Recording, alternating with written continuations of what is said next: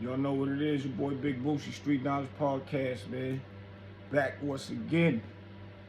Make sure y'all hit that subscribe button, hit that notification button so you know when I'm up here, man. And most of all, hit that like button for me, man. Y'all know how YouTube is. Come on, YouTube. Stop playing with the numbers, man. We rising, man. We rising. Appreciate everybody that's been showing love. This is what we do. Period.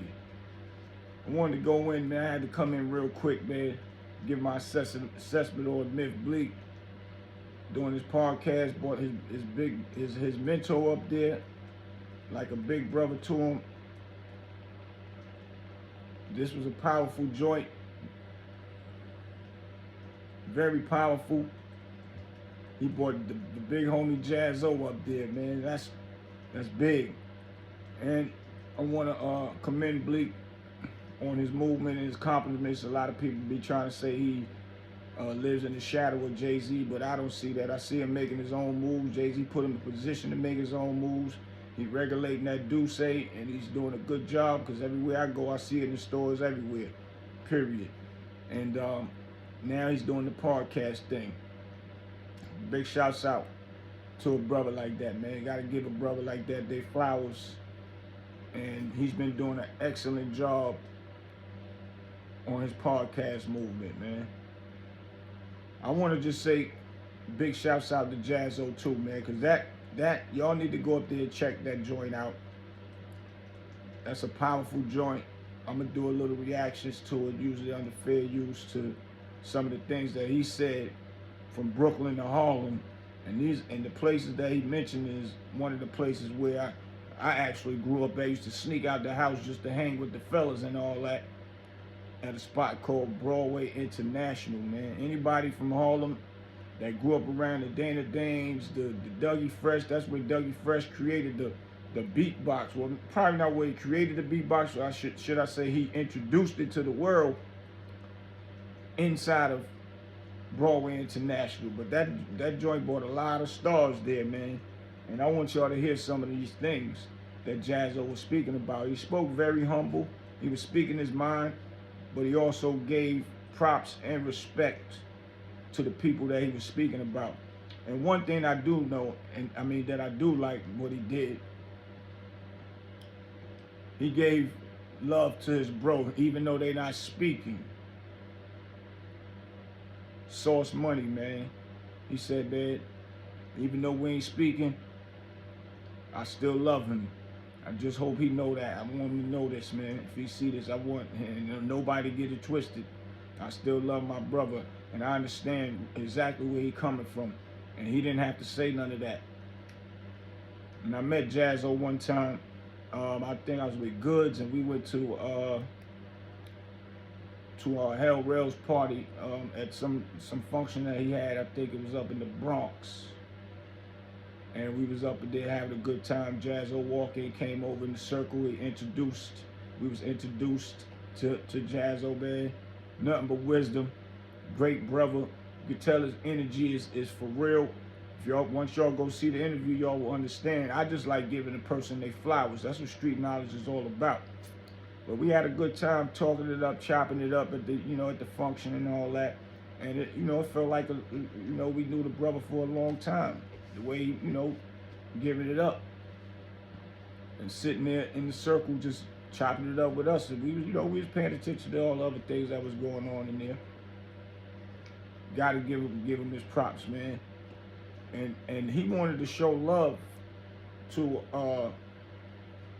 Hell Rail. He made it his business to come over there, and something had happened with his truck at the time and all that.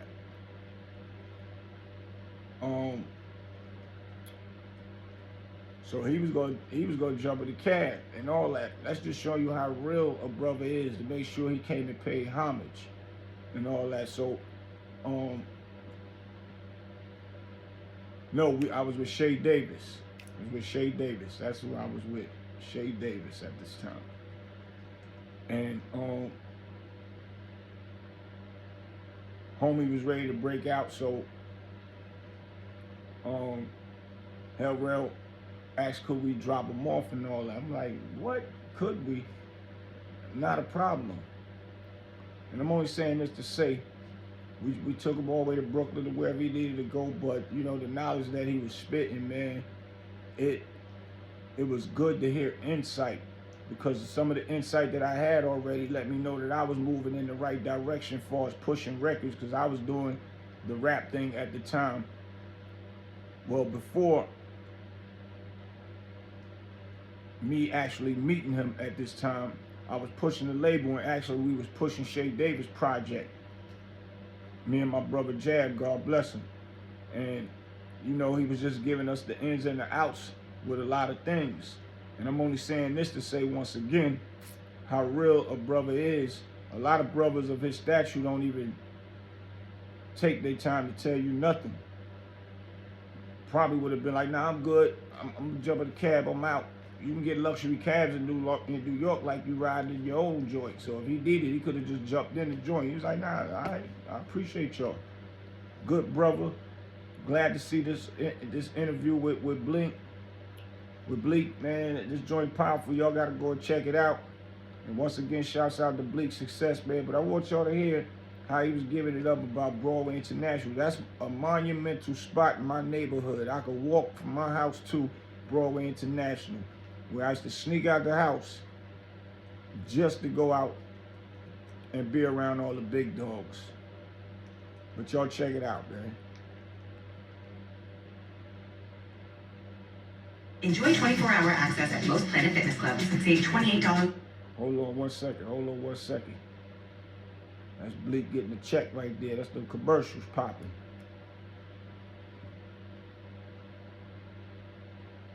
Enjoyed it. That's right. We wasn't getting paid for it at the time. We was just doing it. In places we had to go, you know, me and Jay, we traveled, we went to, you know, before the deals and stuff like that. Me and Jay used to go up there. We heard about Dougie Fresh. Yep. Dougie Fresh. As soon as he had said Dougie Fresh when I was watching this, I was waiting for him to say Broadway International, man. And Lord and behold, he said it, man. Humble dude, man. Humble dude. That's what we were. We were all. That's right. You know what I'm saying? We went to where the action was, and that's what it was about. And it wasn't about getting paid all like that. And then, you know, my first taste of getting bread was like a MC contest. And I was like, I could just go on the stage and do what I do in my sleep damn near, and you know, y'all gonna give me some money? Word up.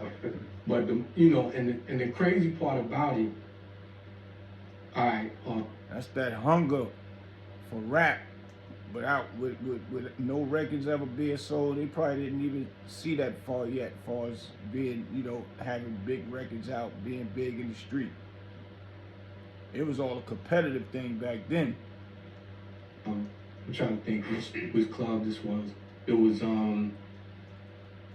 Broadway International. And he had to think about it. That's how far back that go, very deep. And the names he naming, he regulating with the big dogs that was big dogs in the game. And it was just the hunger that him and Jay-Z had. Going from borough to borough, looking for what's up. We got them lyrics for y'all. This is deep right here. And too young for that. I don't remember that spot. Yeah. So Bleak said I was too young. I can't remember that spot. That's a fact.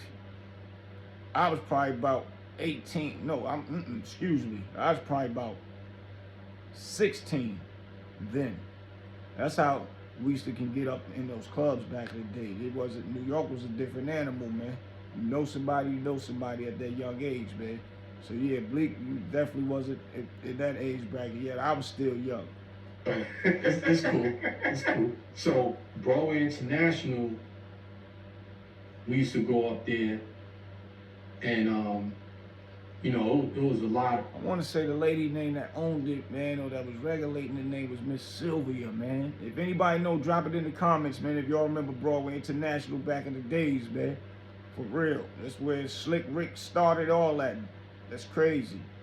Chill Will, the Get Fresh crew. Yo, he just messed my head up with this one. I had to come up here since and give y'all some commentary, man. It was a lot of us. It was I ain't gonna mention everybody's name. Y'all know The ones who was there, you know, salute. It's Exactly. fact. I was there. 146th Street, Broadway, man. 146 at Broadway, man. That's where my middle daughter come from. 3 buildings up from right there. Around the corner was my oldest daughter. That's crazy. He just hit a bullseye with this one, man. Exactly. But I gotta shout out. I gotta shout out my man Slide. You know, Skid, older brother. I got. Damn, I ain't hear that name in forever, bro. Right. I gotta shout out Kiddo. Kiddo, yeah. His brother Pony. Mm-hmm. Who else is it? Moo used to come out with us sometime. Shout out to all y'all. There was other niggas with us, but you know, and Jay was definitely there. Oh, L. That's crazy. I mean, I done walked past Jay-Z before he was Jay-Z. Jaz-o before he was Jaz-o. I know I done walked past. We was in Broadway International every weekend, man. Even on weekdays sometimes. That's crazy. Wow. LD, Errol, KG cousin, you know, he was with us a lot. And on that occasion too. So it's so much shit, man. Like I get like a flood of emotions. I know one. Yeah, he got deep, man. All the way deep. But this shows you the power of these cameras now, the power of these video outlets, power of social media. We'd never knew all of this stuff if we didn't have these cameras or these YouTubes right now, man. Knowing that we probably done walked past each other and everything in these spaces when we was younger growing up. I never would have thought that Jay would have been in my neighborhood. Jaz-o would have been in my neighborhood. Even though I know since he know Juan, OG Juan, he was in my neighborhood doing that street stuff. And OG Juan, his cousin Gordo, is one of my best friends. We used to switch cars all the time as my brother, family. But never knew that they knew about Broadway International up there in their combative rapping warrior ready to go to war, man. This is deep right here, man. Yeah. Once you start going, it's like all the memories start coming back. It's like a tree with branches. And brain got a branch. Sorry, yeah. I know exactly what you going through. Branch got a branch, and the leaves, and then the yeah. So it's a lot. So back then, they had this MC contest. Y'all listening to history. And I'm trying to think. All my New Yorkers that know, y'all drop some comments on this one, man. This is something. Jaz-o got deep with But this one. So he was the chills. manager, right? If I don't remember your name, like, you hit my social media and remind me of something. If you see this, of course. Word up. But yeah, he was like, yeah, we doing a rap contest. You know, the winner get $1,000. I was like, word. $1,000, boy. So Just I the got rap. in it. Back then, Let me tell you who was in the who the finalists were. Dana Dane. Savannah, Dane, and, Dane. What's I my don't know name? about that. Just Ice. Just Ice. Just Ice was rhyming with this other kid. I think his name was That's he wild. called himself Triple T or something, or Tricky T or something. And Just Ice, you know, Just Ice was a bully from a long time ago. He just got mad at the nigga. We had the big change. Yeah. Just Ice. Yeah, He Just Ice. got mad at the Legendary. nigga, and he was like, I'm gonna just do this shit myself. And the same thing happened, like me, Errol, and Jason, we entered the contest together, but it really just ended up being me. Like, and no disrespect to them or nothing, but they ran out of rhymes. Wow. That happens. That shit happened. Word up. You know what I'm saying? They ran out of rhymes, and they was like, "Fuck it, you got it." Damn. And so we were the finalists. It was me, Just Ice, and Dana Dane, and the prize was $1,000. And you know, I won. Smoke Dana Dane and Just Ice. Legendary shit. That's legendary, man. Legendary. Dana Dane and Just Ice was no easy cookies to be playing with lyrically, man. Known for hit records, man. Jaz-o, wow. Thumbs up to Jaz-o, man. And that was, you know, the home of Kumo D. Kumo D used to be there. My brother Busy B. What up, Busy? What's good? Holla at me, boy. All of those is his era. Like, for real. I think Busy B and Kumo D started battling, going at it with each other and all that. Yep. Put that ball, did me ball, bull, crap on the hole. Wow. Come on, man. Dana Dane put the ballies on. Right. Right. From you know, Yo, crazy. You know, they was the Remember that? That's what's up. They were the him, Slick Rick, and somebody else. Cold Crush, bro. Nah, they were Slick on the Rick. Kango crew. Oh, the Kango Oh, yeah, the crew. Kango crew. I didn't even know about that crew. Yeah, funny little tidbit though. Yeah. Um, Cold Crush was you around know, they too. were taking a we were taking a recess, and I was going to use the bathroom. So when I went in the bathroom, History, y'all. Rick was coaching Dana. On hot and chill. And he still went out there and got smoked, see? Yo, let me tell you something. He said Slick Rick was coaching Dana to get her ready for round 2. Jaz-o would say he went to the bathroom while, you know, Hobie was coaching the bed. And Jaz-o still won. That's legendary. Those was no little pups in that rap game back then. They was the top tier of rap back then, which created rap to what it is to be to this day. They are part of this new world movement, man. Facts, names in households in New York City. Facts. Now I don't know why, but it seemed like Rick didn't like me for a long time. Every time I saw him, he had this look. I don't know if it was the respect or he's like, I just don't like this nigga. Nah, it's He said Slick Rick, he, you know, always gave him a look like he don't like him. I'm gonna give you a story about Slick Rick, man. He always had that look, like a nonchalant look, man. I don't know if I ever seen him smile somewhere when we used to be in the clubs. I remember I was at the Castle nightclub, man, back in the days. Slick Rick, if y'all ever know him, if you look at Slick, I remember this, almost got touched up in that. Me and my homeboy Cleek, name is Cleek. Shouts out to Cleek, my boy locked up door 25 right now. We driving up in his van, the Castle in the Bronx. As we approaching the Castle, going up, I just hear something. I see Slick Rick backing out with the Tech 9, banging back at whoever he was shooting out at. We ducking low, and I'm like, oh wow, that's crazy. Cars pulling on. We pull up to the joint. Niggas was like, yo, that was Slick Rick, man. People always used to try to play with Slick Rick like he's soft because he used to always wear that jewelry back in the day. A lot of jewelry. He was one of the first to be rocking that. A lot of jewelry, mad chains and all that. But nothing wasn't soft about him. They thought that little pretty boy look, he from England and all that, he was soft. Never.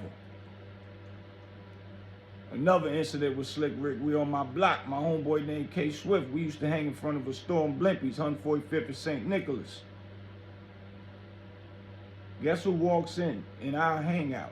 And we always just outside and all that at the time, just hanging. Slick Rick walk in with his manager. He had his manager with him, and when he walk in, I guess they was ordering a sandwich and all that. And my boy walked in, and he always got the gritty face, like he always mad about something and all that. But it's just him. That's just how he looked. And Slick Rick thought he was like, I guess, plotting on him or something. But I don't know what happened. So I walks in and Slick Rick and them order their stuff and all that. And then, you know, pay for it or whatever. And they leaving out. But my boy go out before them. And Slick Rick comes outside. And I'm just standing at the counter and all that. And I see them leaving, they leave. Next thing I know, I see Slick Rick just whip out. Had a 22 in his hand, staring at my boy. So I see him got the joint in his hand, and I come outside. And I'm like, yo, what's going on? He wouldn't take his eyes off my boy. And my boy kept saying, yo, what's all this about? What's all this about? And Slick wouldn't say nothing, but his manager kept saying something to him in England, like, yo, man, like basically, come on, chill, leave it alone. I guess that's what he was saying to him, but he was saying in the language that I guess only Slick could understand. My boy was like, yo, what's all this about? And whatever his manager was saying to him, he still wouldn't take his eyes off of him. And then I said, yo, man, everything good, homie. We ain't with none of that out here. We ain't with none of that. Because he was looking like he was about to pop my boy. When I said that, he put the joint in his pocket and sprinted off. Him and his homie went and flagged the cab and jumped in the cab, man. My boy mad as hell there. Was like, yo, babe, what I see this nigga get up with this, that. I'm like, bro, but why was you looking at him like that? You made the dude feel uncomfortable. What else you thought that he would do, man? Like, that ain't cool. And that's just how my boy look all the time, man. Anybody that know Swift, they'll tell you he always had the gritty face, like, but he ain't really mean no harm to certain people, but he just have, I'm sure a lot of y'all out there got friends. Drop in the comment you got a friend that always just look like he mad, but he really, that's just his character. And that's all that was. But one thing to say, no, I know for a fact, Slick Rick was never soft. And a lot of people always used to think that about him. That's why y'all heard about incidents with him with shootouts. There's been plenty of incidents about it. Y'all might can even Google it on YouTube. I'm gonna try and Google it in a little while, but I'll let y'all do that part. But yeah, that's crazy. Jaz-o mentioned that. Slick Rick always had the poker face. Yeah. But I've seen him recently. I mean, we were kids. To be honest, we were kids, and I don't take offense to it. And I hope if he hears this that he doesn't take offense to it, because I didn't even back then. Jaz-o being humble, big respect to the homie, man, for real. I didn't take offense to it. I knew how people responded to me for whatever reason, and it was great. Man, you was too nice, man. That's what it was, Jazz. You was ahead of your time, man. That's that. Yeah, that's what's up, man. Big shouts out to Jaz-o, man. Good dude, great dude. I could say that. Met him personally. Got the chance to ride with him and even talk in the car. Even talk with him in the club with Hell Rail. Shouts out to Hell Rail. Showed us mad love that night at his event. Man, this right here. This interview really really just gave me the shock. Like, wow, took me back, man. So yeah, man, shouts out to Bleak, man. Keep doing the good work. Happy you making your stance on your own, cause you're your own man. I don't like to hear the rumors when they try to say, like, just cause the big brother is the big brother, like as if that's the only reason why that person is standing. I see him standing on his own 2 feet. So I gotta give him props on that, man. And shouts out to Nori and all of them that put you in that position, man. Smart move Nori and them doing. Gotta give Nori his props. Nori always was a good dude. I used to open up for Nori when him and Akinelli used to come to North Carolina. When that, I guess it was the War Report. They used to come down here to, what's the name of that club they used to come to a lot? Damn. Back in the days. It's on the tip of my tongue, man. It's damn. But anyway, and it was 2 of them, but anyway, Nori always showed love, didn't mind us opening up. Akinelli used to always make sure my mic was set right and all that. So, yeah, shouts out to all the people that make it happen for hip hop. Y'all just got some legendary few lessons and words and old great history. So y'all go over the Myth Bleak page with him and Jaz-o and get that whole interview, man. He got a lot of valuable points that he making there. Very humble, and things that we didn't never even know about with him and Jay-Z on the come up. Now you get to really hear it from him in a humble manner, man. Your boy Big Boosie, man. Make sure y'all subscribe. Hit that like button, man. Hit that like button. Hit the notification. I'll be back. Peace.